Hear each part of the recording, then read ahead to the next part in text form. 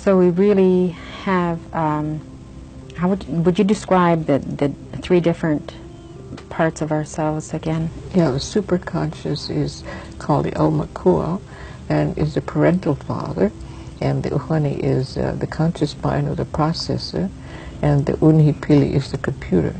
It remembers all the way back till you were a speck of dust in the horizon. Or another way to put it is that the superconscious represents the spiritual part of your being, and that's that part that connects you into the divinity. So you are always connected to divinity.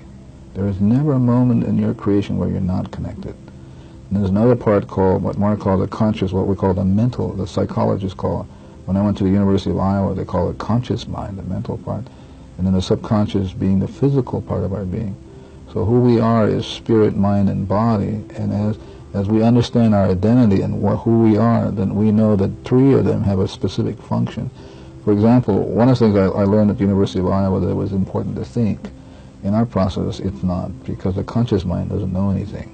It is the subconscious who has much of the information that you need. So what we teach people is the three aspects of their being, which is their self-identity, and then being able to deal with that relationship between the mother and the child, or the conscious and the subconscious, which is the most important relationship in all creation. That's where the problems lie. So, thinking through what has gone on through the process of us growing as human beings, we've learned through the educational system and the importance of how we develop ourselves. We have really tuned in more to what's going on right now, and the intelligent portion of ourselves. And we've left behind the development of the other two selves. What has happened is that we no longer come as children. We come with all of our intellect, but our intellect is not sufficient to really handle the problem. So, for example, in the area of schizophrenia, we have a lot of research on mental illness, but when you really look at our track record, with all the information we have, people don't get well who have that problem.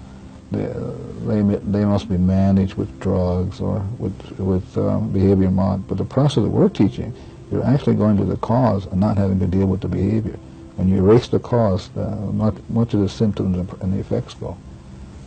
So it's, in understanding it, it's like a child being born within each one of us as we learn this, and it's developing that child. So we've come full circle. It's actually developing a loving relationship with yourself, between the conscious and the subconscious, the mother and the child. That is the most important relationship. That once you learn that relationship, that child will be able to do anything for you, because it's the subconscious that does everything. You know? It breathes for you, your heartbeat, metabolizes.